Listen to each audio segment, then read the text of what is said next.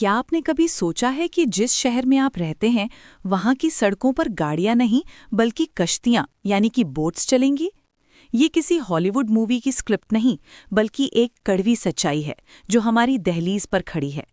हाल ही में आई कई international reports जैसे आईपीसीसी ने एक खतरनाक चेतावनी दी है।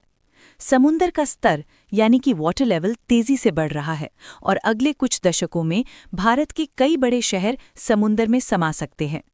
लेकिन ऐसा हो क्यों रहा है? इसका सबसे बड़ा कारण है ग्लोबल वार्मिंग।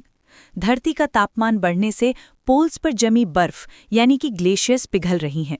जब ये पानी समुंदर में मिलता है तो वाटर लेवल ऊपर आता है। नासा और कई एनवायरमेंटल एजेंसीज के मुताबिक मुंबई, चेन्नई, कोची, विशाखापट्टनम और कोलकाता जैसे शहर हाई रिस्क जोन में हैं। अनुमान है कि 2050 तक मुंबई के कुछ हिस्से साल में कम से कम एक बार भारी बाढ़ का सामना करेंगे।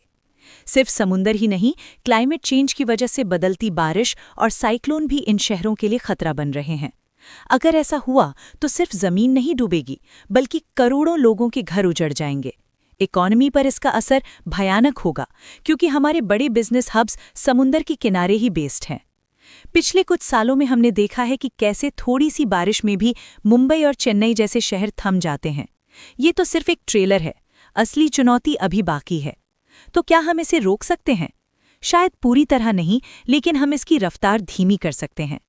कार्बन एमिशन कम करना, ज्यादा से ज्यादा पेड़ लगाना और प्लास्टिक का इस्तेमाल बंद करना, ये सिर्फ बातें नहीं बल्कि सर्वाइवल के तरीके हैं। दोस्तों, प्रकृति हमें बार बार इशारा दे रही है। अगर हम आज नहीं जागे तो शायद कल हमारे पास जगने के लिए जमीन ही नहीं बचेगी। आपको क्या लगता है, क्या हम अपने शहरों को बचा पाएंगे? कमेंट करके अपनी राय जरूर बताएं।